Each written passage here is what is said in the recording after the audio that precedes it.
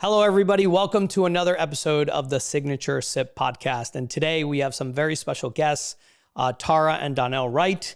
They're entrepreneurs. I met them in the real estate industry. So say hello, guys. Hello. How are you? So happy to be here today, John. Yeah, I'm excited to have you guys. Everyone. This is going to be a super fun podcast, and we're going to be talking about entrepreneurship and specifically the transition from going from, being in real estate and starting a laundromat business. Yes. So I'm really excited to hear about this. This is my first time kind of learning about it. And I see a lot of things online that it's one of the highest chances of having success. Yes. Right? I don't know if you guys agree with that or not. I do. Yeah. You do? Now Okay. I do. Right. Now you do. Now that we're in Okay. it, yes. Yeah. Okay, awesome. So how did you guys, we met in the real estate investor industry, with going to events and learning at seminars and trainings and things like that. So how did you guys go from, kind of saying, all right, I want to flip houses, I want to buy and hold, which, you guys have done a lot of, and you still own some Airbnbs and STRs and stuff like that,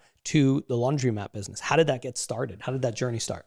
Yeah, I think it's best for my lovely wife to start that conversation. I'll take that conversation. So, to be honest, so Donnell and I love real estate, as you know. So we have not been flipping houses in the past 3 to 5 years, but still maintain buy and holds. What really happened is that we were in COVID.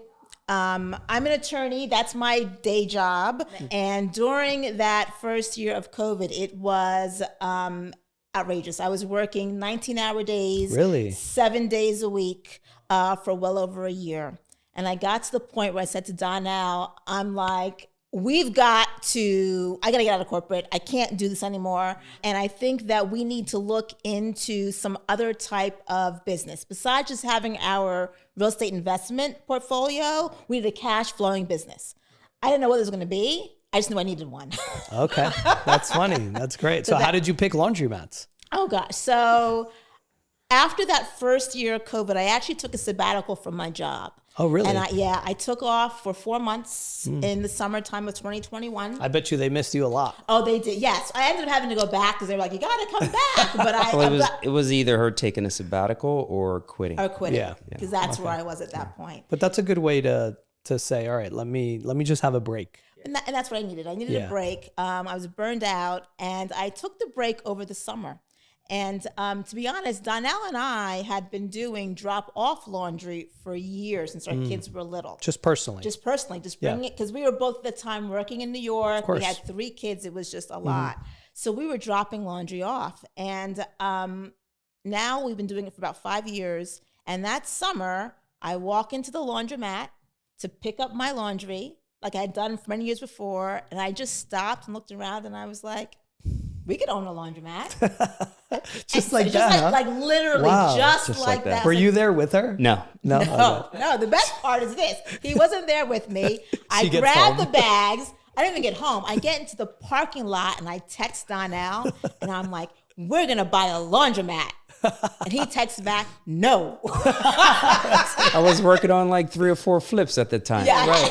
Plus a full-time job. What are you talking about? Yeah.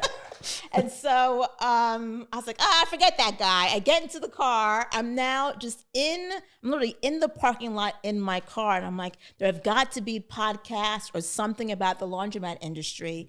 And for a good 45 minutes, I'm in the car just like looking at a podcast, business podcast. And I happened to find, once upon a time, if you remember, Bigger Pockets had a business money podcast just on business. And I went back and I found it, and they happened to have an episode about someone who's called the Laundromat Millionaire now. He had an episode on Bigger Pockets. And so from there, I found other podcasts, and that's kind of how we sort of found our way in there initially. Donnell was resistant for months, just so you know. And now you're loving it. I love it. Yeah. I think what He's saying, I think love it with what a got smile on me his is, face. she mentioned what she was going through with her job and working so much and was just burnt out. I was in the same place. During the pandemic, I left a job that I was at for 20 years, and I took a new position to help start a new organization at another company. And I hated it. For 3 years, I was just miserable. So we were both in a really bad place at the same time during that COVID era. In your careers, yeah. And something needed to change, right? So I think she actually went off on a retreat with her friends, and she left a book for me to read. It was from the same gentleman of the podcast that she ran across, Dave Binns, the Laundromat Millionaire. And I read the whole book, and I just went crazy. I went to every laundromat in New Jersey while she was gone. I was in Costa Rica. I was in Costa Rica on a yoga retreat. So he's doing all the research. Yes. Yeah, doing all the things. Yeah. So, but yeah, that's how I kind of got hooked. You know? So tell us the name of the laundromats that you guys have, and where are they? And what's the services? So the laundromat we have is called Bubbles Baskets Laundromat. It's located in Kenilworth, New Jersey. That is a full service laundromat, which means we have self-serve machines to do it yourself, a drop-off laundry where we do the wash and fold for you, and we also offer pickup and delivery. Nice. So the van that goes around throughout Union County. So you just sign up? You said, go right to our website. And you guys aren't in Morris schedule County yet, or else I... No, we're not. Not yet. You have one customer in Morris County. There we go. See? We're going to get there soon enough. And then we just opened in October as a way to expand the business, the other side of Union County, a drop-off only location. Oh, okay. So it's called Bubbles Baskets Laundry Room because it's not actually a laundromat. And so there we have drop-off only services for laundry as well as dry cleaning. And so we take the drop-offs, we bring it to our Kenilworth facility. The attendants there process it, and we bring it back to Scotch Plains for pickup. So this way we have sort of both sides of Union County covered. That's great. Yeah. And what, when you're talking about the laundromat business, I had this one tenant one time that was interested in my building and installing a laundromat. And, when I went to go look into it, the city said that there was going to be hundreds of thousands of dollars of impact fees, which I had never heard about, Right. Because I had never owned a laundromat or had a tenant with a laundromat. So how did you guys handle that? Talk about, other people that might be interested in that. Like, how does that work? Yeah, it's two ways you can approach it. You can build out new, and that's when you're susceptible to those impact fees, or you can buy an existing laundromat that's already established. And what did you guys do? We bought an existing laundromat. Okay. There are terms in the laundry industry. We bought a zombie mat. A zombie mat? Laundromat that was pretty run down, similar to houses. Like older machines? Older machines, completely dated in the inside. So we basically brought that and we renovated the entire thing. You put all new machines into it? No. Okay. The machines are very expensive in the laundry world. So what we did is we installed machines in phases. So what we first did is we were able to fix the machines that we could fix. The machines that were not worth fixing, we replaced those, right? So in our first phase, we probably replaced about 8 machines. And then we had all the other machines tuned up and maintained and fixed. What do these machines cost? For a big washer. We just did a second phase where we brought in some larger machines, 80 pounds, and some more 60-pound machines. The 80-pound machines are upwards to almost $20,000. For each one? For the 80-pound machines. But that just gives you a magnitude on how much they can cost. So you can just imagine, right? Like, and there's a lot of machines in these laundromats. Yeah. So we have 26 machines in our store. We have 5 sizes, 80-pound machines, which are the largest ones we have in our store. You got 60-pound, 40-pound, 30-pounds, and 20-pound machines. But again, the machines are expensive, but if you maintain them the right way, they can last for 30 years, right? Right. Oh, yeah. And as we they call retool. So retool means bringing in new machines. Because they're new and modern, they're also more efficient. So it helps with utility costs, because that's a huge cost of running a laundromat, of the utilities. What percentage, if you know, what percentage of the utility costs eats up your revenue? Oh my gosh.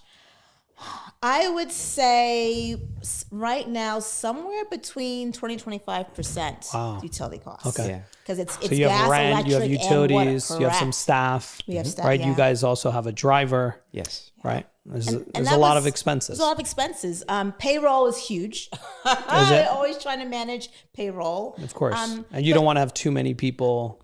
Correct. Because, and part of it is look, when we first took over, Donnell was the employee and we had one part-time person. So I'm still the employee. I know he's still the employee. Yes, you are. But he literally would spend, I could complain about 19 hours working per day. Donnell was at the laundromat 19 hours a day. Really? But Wow. loved it, right? So it's different. The entrepreneur, I mean, you got to love what you're doing, right? It's a different feeling. Like, Yeah. I worked in corporate, 24 years.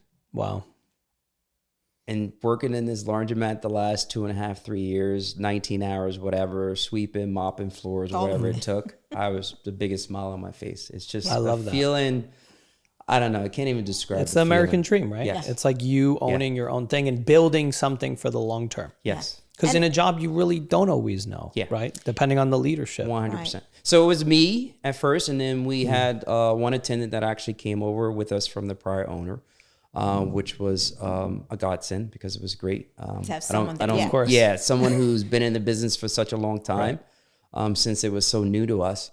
So it was just me and her for about 6 months. But in 6 months, we were able to turn the business around. So today we have 6 employees. 6 employees. Wow. Yeah. So Awesome. Congratulations. No, thank you. It's always great. Like I feel like entrepreneurs don't get the credit that we deserve sometimes because you do help feed people's families. Yeah. Right? You're providing a service. You're trying to make it, right? Like you're risking all this money, all this time. You are. And that's the other thing that falls on your shoulder, knowing that you have other people that depend on you, right? So things we do, we take that into consideration. Right. And a lot of things we do in like the pickup and delivery business we started was because of that, right? Because we know we hired, X amount of people. We needed to keep X amount of people busy.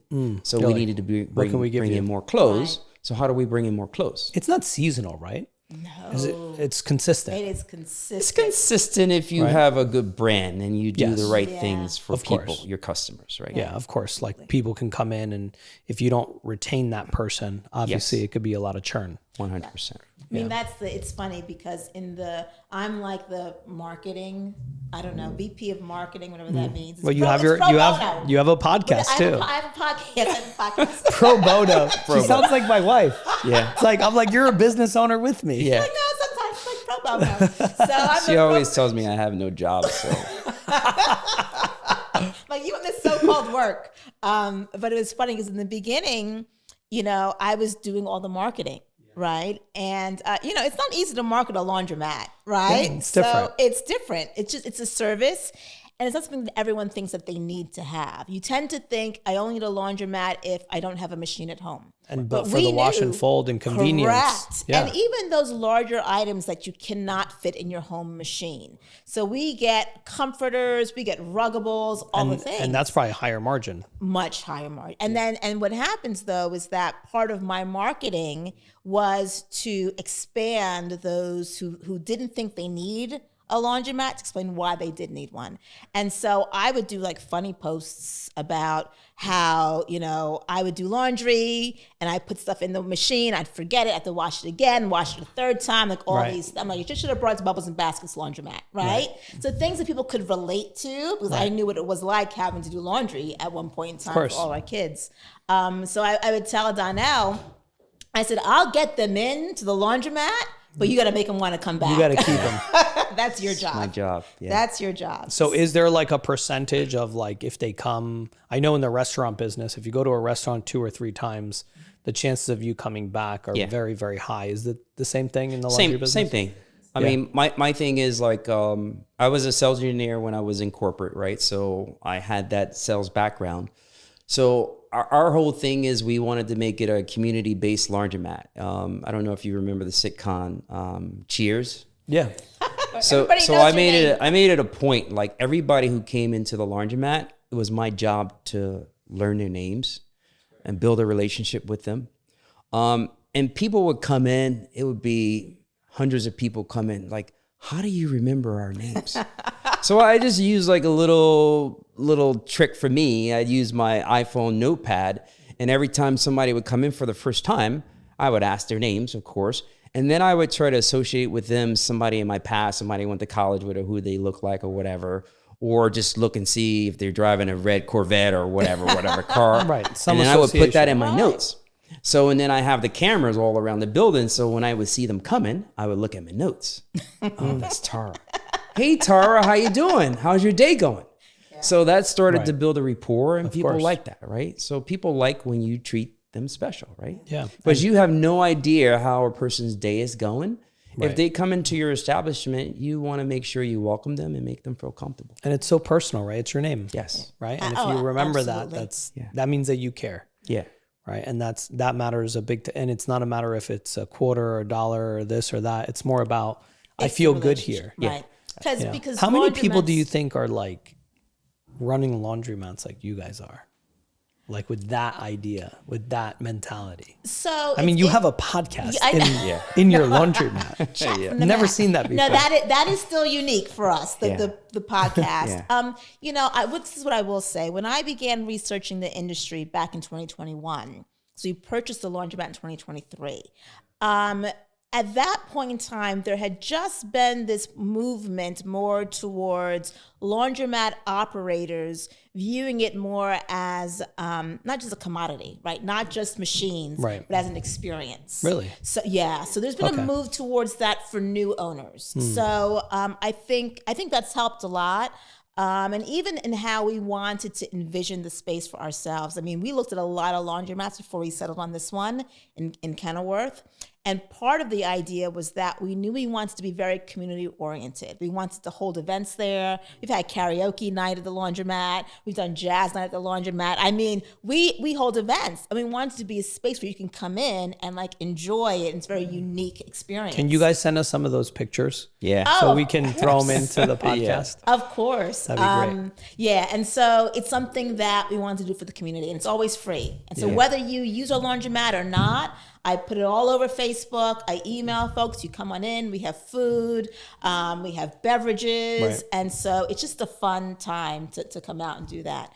You know, it is unique. You know, I always think about entrepreneurs that are like young and then entrepreneurs that are like our age that have kids. And we know what it's like to be part of a community. We know what kids want. We know all that stuff. It almost gives us a little bit of a competitive edge.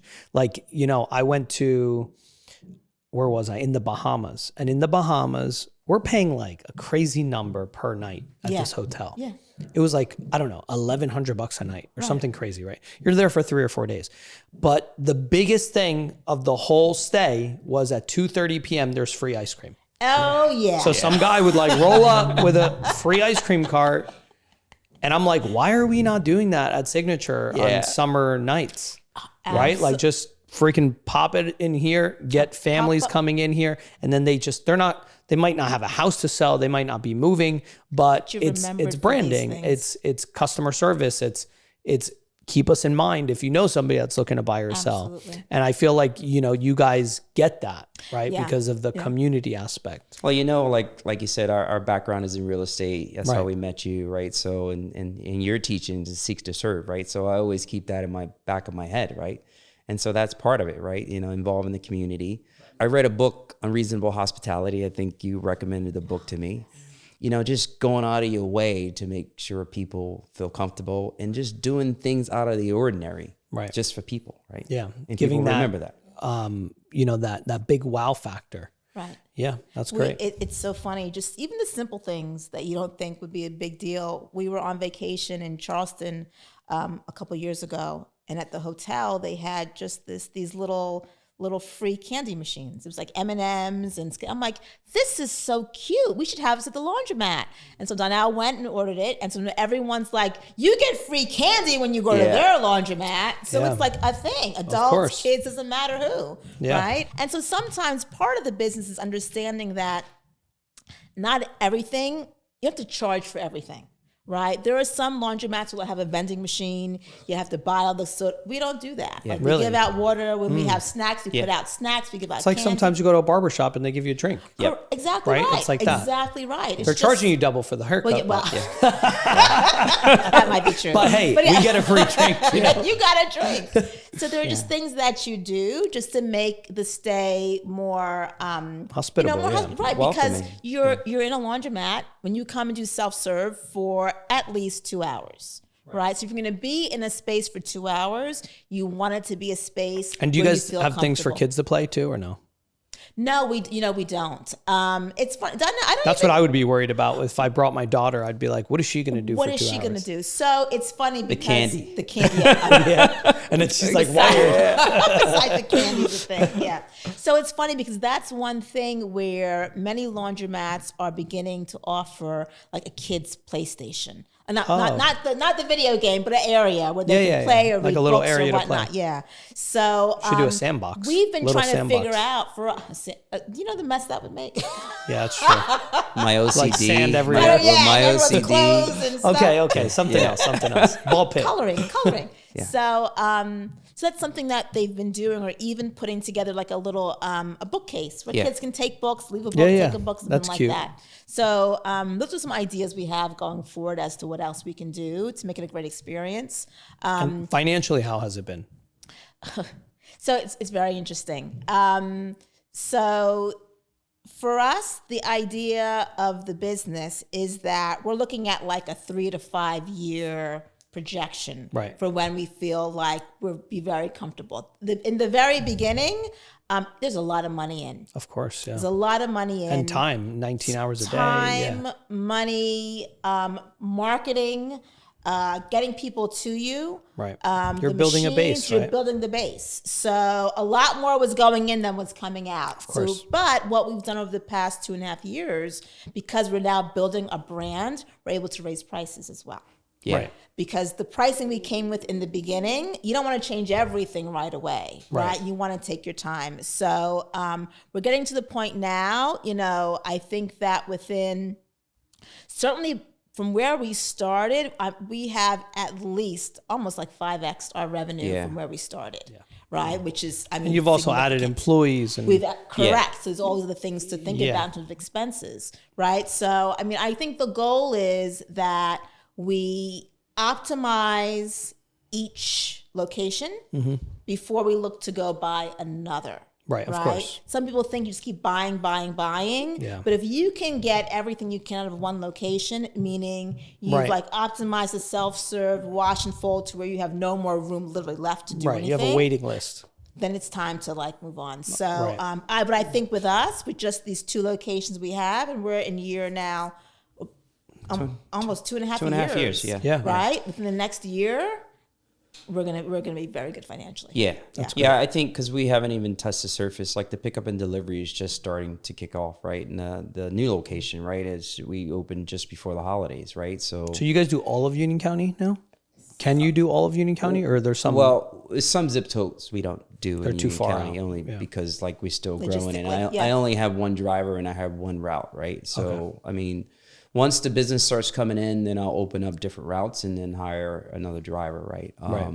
But just to go back to what Tara was talking about, like initially we couldn't raise prices because people didn't know who we were and they didn't know our brand. Right. I think we do things a certain way at our laundromat that warrants us to raise prices because people know our product, right? And it's a very personal thing. Yeah. Right? It's your clothes. It's your Like clothes. you want to make sure that it's taken care of. Yeah. People care about And that. you trust 100%. Yeah. And our thing is, like, I tell my attendants, like, and every order is different, every close is different. The way that you treat the clothes are different, right? And my attendants understand how to process the clothes, right? We do training and stuff like that. If the clothes need to be absolutely clean before they leave the store. If that means you have to wash the clothes 3 times before they leave the store, then you need to wash the clothes 3 times. That doesn't mean I'm going to charge the customer that. The customer trusts us. They drop the clothes off to be clean and smell when they open up that bag. Right. Our job is to make sure that happens, right? So it's, again, to me, it comes down to products. And if a customer comes in the store for whatever reason, if something is not right for them, it's my job to make it right for them, right? Because I want them to come back. And do you guys do any sort of memberships, or is it just like straight, like weight is it based off weight? It's based off weight right now. We haven't did a subscription model, which some laundromat owners do. And, do they? And okay. but what we do have is we have a loyalty program. So okay. Anytime you spend $1 with us, you earn points towards money off your orders in the future. That's awesome. So that's anybody that's for self-serve if you use in our remote app, pickup and delivery as well as the drop-off service. We offer that. I mean, that's fantastic. I mean, I'm in Morris County and I use the Summit location over here because when I was in Summit, I saw them and I went in there and I'm like, what do you guys do? And I was like, okay, you pick up? Yeah. They're like, yeah. I'm like, great. And I had to, and maybe this is a good insight for you. Yeah. I had to get them to explain to me how they're not going to mix up my clothes. Yeah. Right. Because I was like, I don't want to give you clothes and it's in a bag and then you just throw it somewhere. How do you know which clothes are mine and which clothes? And for me, it was understanding the process of picking it up, doing it. How did you keep track of my clothes and then putting it back in the bag, getting it in the van and then dropping it off? Right. And for me, I had to see that process. Yeah. Like I had to have somebody explain it to me as a customer that, cares about, like some of my clothes, are expensive, right? Like I might buy $100 sweatshirt, right? And I don't want to get it mixed up with somebody else, that, now I got a $20 sweatshirt coming back to me. I'm like, what's going on here? It's the same color, but it's a different brand. This is my shirt, right? So, and I've realized that in real estate too, like just from a customer experience standpoint, like people need to understand what's going to happen next. Yeah. And I don't know if that'll help with some of the customers that you're trying to get, because like what you said, going back, you're trying to expand the clientele to people that don't even know that they need it. They don't even know that they need it. Yes. And like for me, it's a lifesaver to have somebody pick up my stuff and then drop it off for me. Yeah. And all I have to do is respond to a text message. Yeah. And it's freaking fantastic. Yeah. Yeah. So that's the logistical part. Like you said, I mean, like for the pickup and delivery service, for the first time you come, the driver tags all the bags and labels them. Okay. If you have 4 bags, 1 through 4, he'll tag them with your name, so we know. And then they leave other bags so they can keep using those too? Yeah. So what we do is we give them our branded bags in the future, and the branded bags we tag them with labels and stuff. So they're always cut. They're permanently. Yes. That's their bags. Yeah, it's like a luggage tag. Oh, yeah, it's your own. Yeah, it's your own bag with a luggage tag that we put on there with their names. Right. So the thing is, like, if the driver has 25 stops, he's throwing the bags in the back of the truck. It's a lot of bags, so you want to make sure they're tagged properly to your point so your laundry doesn't get mixed up, right? And then when it gets to the store, it gets logged into the POS system by their name and so forth and so on. And they're weighing it? Yes. Is that how you do it? Yes. Okay, nice. So I'm assuming that the wash and fold is something obviously more valuable for the business. Yes. Oh, yeah. That's way better than somebody going there and doing their own laundry, right? Yes. That's more like a self-serve. Yeah, the self-service. I mean, is that profitable? So I look at self-service like the bread and butter. That pays like the bills. Like the rent. Right, yes, utilities. Gives you a little bit of cash flow coming in. Correct. It is where you really can make, and I'm just going to speak for our location, right? Because depending upon where you are, it's very different. Not everyone offers the additional services. But for us and for where we are, you really get to see the profit margins with drop off, wash, dry, and fold, and then pick up and delivery. Right. Just the pricing for that is much higher. So you can see anywhere. It's done for you. It's like 30 to 40% profit margins, wash, dry, and fold, pick up, and delivery. And so, of course, the way that you raise revenue is you raise prices, which you only do but so often, really, because this is still, for the most part, this is still what I call like a discretionary line item, right? Not everyone has to have drop off, but it's a huge convenience for people. It's important. It's very important. And once you do it once, you can't go back. Well, that's what happens. I mean, even when for the first time, you can't go back to the laundromat doing it yourself. Let me tell you, once you pick it up and drop it off, forget it. You're done. You're always people. You're hooked. They're hooked. Because even years ago, that's my I didn't job. even know it was a thing. Yeah. I drove past a laundromat. I said, "You can drop off your clothes at a laundromat and they'll do it for you?" Donnell was like, "Really?" I'm like, "Yeah, let's go do that." And picking it up is even Picking up better. is even better. That's the key. For me, it was always that. It's the convenience. It's like you pick it up. I mean, this is great. So it's 3 business lines when you talk about laundromats, right? You have the self-serve where people come into the laundromat and do the laundry themselves. You have the drop-off where they actually bring it to the laundromat and drop it off to you, and they come back and pick it up. And then there's pickup and delivery where, the laundromat sends a driver out to pick up the clothes from the person's home, brings it back, we wash it, and the driver takes it back and delivers it to the customer. What Tahra was saying, some laundromats are only self-serve. Yeah. Some people don't even want to deal with pickup and delivery because There's a logistics, lot to pickup do. and There's delivery. a driver. He's got to drive, insurance, the Absolutely. van, of course. all those things. Yeah. And historically, I don't feel like, now I feel like there's a bigger demand for convenience, right? Yes. Most households have a dual working, adults. Yeah. Right. Where, before maybe that wasn't so much the case. And it made sense to, have the laundry at home.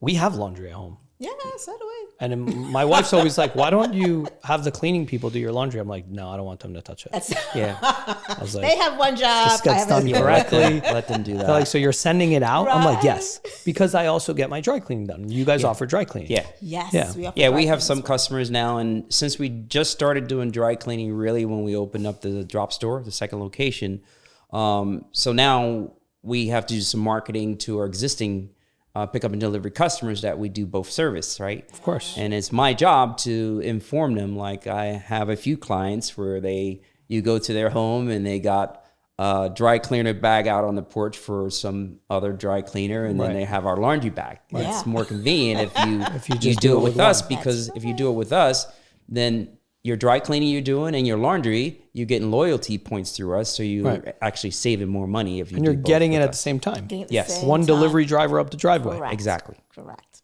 So this is, we found the more that we market and explain what it is that we do, the more people are interested. And they'll reach out to me on Instagram or Facebook to say, well, how does this work? What do I do? What happens next? And I just said, if you have any questions, call me, reach out, call Donnell. We'll walk you through the process.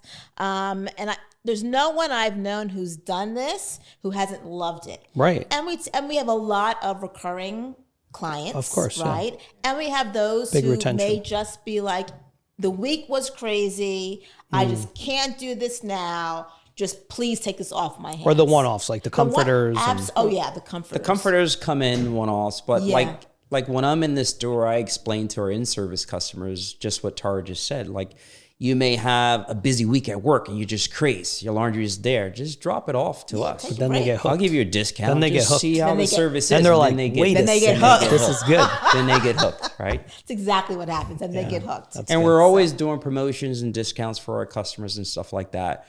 And the benefit of like me being in the store, I always say nobody can represent us better than us. Right. The benefit of me being in the store, if I know it's your birthday, you come in, I'll just give you your. He knows your social laundry security for number free, when you're walking through the door. Yeah. Yes, So all He's the like, information. 7824. exactly, right. So I'm able to do things like that as being an owner that's actually present in the store with customers, right? Because So that's the key that's great. too, I think, is that, look, I'll be honest, when he finally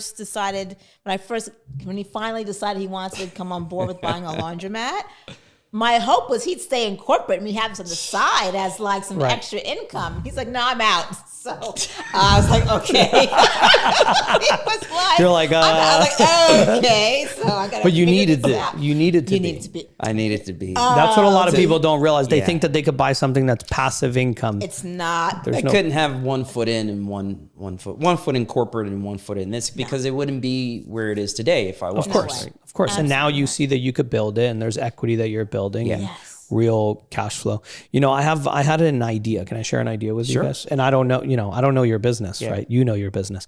But being in real estate, having the experience that you have in real estate, and me being in real estate and always thinking, if I'm a new homeowner, if I just purchased a property, that's definitely your ideal target, right? Because they don't know and they're busy and they have a house and they just bought a house. They might not know you exist. So looking on the MLS for people that just sold their house, that just bought a house in the last 90 days and giving them like one free service or something for that. Do you do that already? I do. So I thought you talked about Welcome Wagon. Okay. Welcome Wagon? Welcome Wagon. So there's still Welcome Wagons out here, right? So what is that? I don't know what that is. So what Welcome Wagon is, it's usually for new homeowners when they first move into an area, they will get sometimes gifts or they'll get coupons from local businesses. Okay. And so it's like a service that's already okay, right. got it. So I actually for the towns that we're targeting, I work with Welcome Wagon, and we created. I also work with a marketing agency, a local marketing agency that we just hired this past year, and they helped me create all. I thought she did all the marketing. Well, so she used to do it. Pro bono. I'm still pro bono. And she's so they helped I'm me firing create, myself. The graphics, all the digital assets. Of course, yeah. And so what Welcome Wagon will do is every month they get a list of new homeowners. Oh, okay. And so every 3 months they'll send to them coupons, coupon books, and our design is within that. And then so what happened is that we were doing that from July until December. So in December, I had all of the lists, all the addresses, and all like a nice holiday card as well, offering like a discount or whatever to come in. That's awesome. So that's one way because that is, I think to me, they're great targets because many of them are new to the area. And you're right, you come, you move, you have all your stuff, you've had in boxes or bins or whatever. Right. So and a lot of people are coming from like Hoboken, Jersey City to Union County, right? Or even from the boroughs, right? From Manhattan. And I feel like they're, they might be coming from an apartment, they're used to going to a laundry service, but they don't know that you guys exist or that service exists because in the area that they were in, maybe it didn't. Yeah. It's funny because a lot of people from the city who are here, they're like, oh, we know about drop-off laundry. I'm like, yeah, the suburbanites don't. They don't, yeah. I have to educate the folks from the suburbs, right? Like, I had no idea it even existed. But I didn't know it existed either, so 100%. I mean, you guys have a nice niche, and that's really awesome, and the way that your approach is just fantastic. But now let me ask you this. What has been the biggest challenge of this endeavor? If you were to just give me the number one biggest challenge of the endeavor. What would you say? Mr. Operations. Yeah, I would say maintaining the machines as well as workforce. Yeah. Employees. Yeah. It's always, the employees are always difficult. Yeah. And again, it's similar to the way that we want to create a community environment for our customers that come in. We want to create a family environment like for our employees. Right. So we try to accommodate the schedules and things like that, right? But as Tahra always says to me, we're running a business. Yeah. But because I worked in corporate, I've had great jobs and I've had jobs where I've had managers where it just wasn't good. That's what kind of drove me out of corporate, right? So I never want to be like that, right? Right. You empathize with with that. But that makes it a little bit challenging at times too. Of course, yeah. So, you try to be friendly, but you can't be too friendly. Right. Because then you give 1 inch and they take a mile. Yeah. It happens sometimes. Setting boundaries. Setting boundaries. Yeah, I mean, schedule, even just something with scheduling or leaving early or whatever, right? Like, oh, Donnell will come, don't worry. Yeah. So that's always a challenge in scheduling, like you said. I do scheduling weekly, typically Sunday evenings as I send out the schedule and stuff. And right. And it's a lot of it, also is demand. I mean, over the holidays, the pounds of laundry that were coming in, I was like, oh my gosh, how do we ever get this done? But we're also, one thing that we kept in place from the prior owner is that we're closed on Wednesdays. Okay. And so at first when I wanted to open up, I'm like, no, I think we need that one day, right? Because Wednesday tends to be a slower day in the laundry industry as a whole. So I said, keep that day. It allows you to, number one, he was working 7 days a week. So take that one day to have one day of rest. You can fix machines during that day. We never closed our store when we were retooling and putting in new machines. We were open for business. You know, the renovations were done. I mean, we're flippers, right? 14, 16-hour days. We were doing 24-hour, like 24-hour. You did your show. 24-hour laundromat. Yeah, I like that. We would come in like one day and renovate the whole bathroom in the day, the whole thing. So we did the bathroom in 24 hours. Yeah, 24 hours. The day we were off. So love it. You know, it allows us, and also allows us that day is when we have our events. Yeah. So okay. They're always on Wednesday nights. Oh, okay, that makes sense. Yes. We don't have to shut anything down. We come in, we set up, you know, we bring in the chairs, all the stuff we have to do. We transform the place. We transform it to like a night, like a night lounge club. Yeah. I like so, new comedy night. We did. That's on the schedule. But we had a mix and every holiday we have a mix and mingle. And this past holiday, one of the other small business owners who owns a yoga studio in town, she'd always wanted to paint cats. And so when I met her 2 years ago, she's like, I want to retire and paint cats. I said, why do you have to retire to paint cats? Just paint cats now. She's like, okay. So then I said, look, we want to actually feature local artists and their work in the laundromat. I said, so you tell me when you're ready and we'll have your like cat gallery opening here. And sure enough, this past November, it was really cool. It was like incredible. She painted like 16 different cats and we had it all showcased all throughout the laundromat. And we had our mix and mingle holiday events and people came out. She was selling artwork. I mean, it was really fantastic. Yeah, it was. It was pretty amazing. Pretty cool, so that's our goal, is to hold some more of those kind of events as well. Nice. So it really is a community focused place. So that's awesome. That's awesome. So, you know, I work with my wife. Yes. So what is that like? I like my wife. It's actually. Oh, thanks. Glad to hear it. I think we both have our specialties, right? So you know, Tahra typically does like she told you, she kind of came up with the idea, laundromats and stuff like that. It was a little bit harder to get me on board, but like once I am on board, I go full board. Oh my God. So she's kind of like the visionary and does things like that. I execute, right? Even with the real estate, she would be back in administration, sourcing money and stuff like that. Once we got the project, it was my job to get it done, right? So it's no different with the laundromat, right? So you guys complement each other at times. Yeah. We do. And what advice do you have for other people? I always say people should work together more.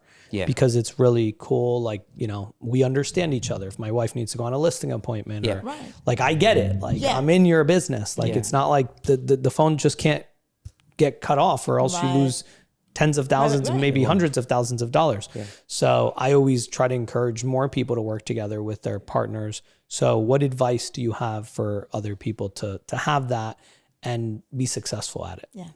I mean, so one thing I know is difficult sometimes is if someone does have, a dream of what they want to do, where they want to go, and not every partner is willing to do that. What I found that with Donnell and myself over the years, it may take him a little bit longer to jump on, but I know my husband. Yeah. So I know that if I can feed him the right bits of information at the right time, it'll like connect. Was it the book that did it too? You know what's funny? Yeah. Let me just tell you what's funny is one of the podcasts I was listening to within the first 6 months of me redoing. I mean, I was researching like crazy. Was about a sales engineer who had been working at the same company Donnell was at the time. I will not name it. Who had left that company to go and open a laundromat. And I was like, if this is not God, I don't know what is, because this is the perfect little podcast to send off to Donnell. And I was like, this one you'll like, right? So that's when he was kind of like, okay, let's see what's going on. But I think what Donnell said is right. When we began flipping houses, it was the same thing. I was out there looking for the properties, working with the realtors, working with the lawyers, getting things closed. He went in with the contractors, did all of the work, executed. Then I came back and I staged, and that was it. So if you know your roles and you define them early on, I think it makes the process so much easier to work with your partner. Yeah. And there will be times where you'll have to discuss things, right? And come to, a like reasonable result, of course. Yeah. But it makes it so much fun to have these things in common to talk about, Right. you know? I You're mean, on a there are journey times. together. There are times where I want to do things that I think is right for the business, and if I really feel strongly about it, I'll do it. He just like does the it. van, Right. like the van. I mean, Because you know she'll respect you. Yeah, I mean, we're early in the business, and Yeah. you know how money is when you're early in Yeah, the yeah. business. We just put out all the money to renovate and buy machines and stuff like that. She's like, we don't have money to buy a van. I was like, Or buying I'm a not van. driving my car around picking up restaurant towels and it's smelling like it for a week. I'm buying a van. Right. So Yeah, I was wrong about that. He was right. I'll give him that. I was like, we can get those magnets on the side of your truck and then just go with that. And he's like, I'm not doing that. Yeah. You know, I'm really glad that you said that, because I feel like a lot of times when people go to do something together, they want to do everything together. yeah, Meaning like, oh, let's go, like if you're in real estate, let's go to the houses together, and let's go to the appointments together, and let's go to this together. And a lot of times you do need to divide and conquer. Yes. Because there's two of you and there's double the amount of time. It's Yes. not always doing everything together. Maybe in the beginning, yeah, you know, you but figure things you out, do need yes. to go saying, all right, what are your strengths? What are my strengths? What can you do? What, you know, how do your strengths complement this task, et cetera? And what roles you're actually going to play. And then you can grow it. And then when you grow it, you're building something beautiful, and you can provide jobs like you guys are doing. So that's fantastic. 100%. That's absolutely I love it. So how can people find you guys? Ooh, you can find us on all the socials. We're on Facebook. We're on Instagram. But what should they look for? It's at Bubbles and Baskets Laundromat on both social media. Plural at the end? Laundromat. One. Laundromat. Bubbles and Baskets Laundromat. Love it. Yeah. Yes. Okay. So And what's the check website? us out. Our website is bubblesandbaskets.com. There you go. Yeah. Bubbleandbaskets.com. Bubblesandbaskets.com. And A-N-D. Yeah. And we'll put it yes. right on the screen. Yeah. Yeah. Bubbles and Baskets Baskets. spelled out. Awesome. And we're located 2 locations, Kenilworth, New Jersey and Scotch Plains, New Jersey. Yes. Awesome. Guys, I mean, this is one of the best things that you could do. So if you're in Union County, definitely check out their website, try out their service. They're fantastic. And if you are a couple out there, or even just an individual and looking to be an entrepreneur, there are its challenges. But like Donnell was saying, you know, he feels happier working X amount of hours in this rather than working for somebody else, right? So that's what it's all about. And that's what our podcast is all about, to inspire others. So thank you guys for joining us. I think this was awesome. Thank you for having us. And it gave me a nice vision into your business, and it's fantastic. I wish you guys the best. And I know that, you know, a year later, you're going to even have more locations. Oh, yeah. Appreciate that, Morris John. County, Hopefully we're no coming impact for you. fees. Hopefully no impact fees. Well, we will have impact fees because I do want to build a. Oh, he 10,000 wants to square build foot one. Oh, John. Well, I can't wait to see it. Guys, follow us on the Signature Sip podcast, and I'll see you on the next one. Thank you so much. Thank you.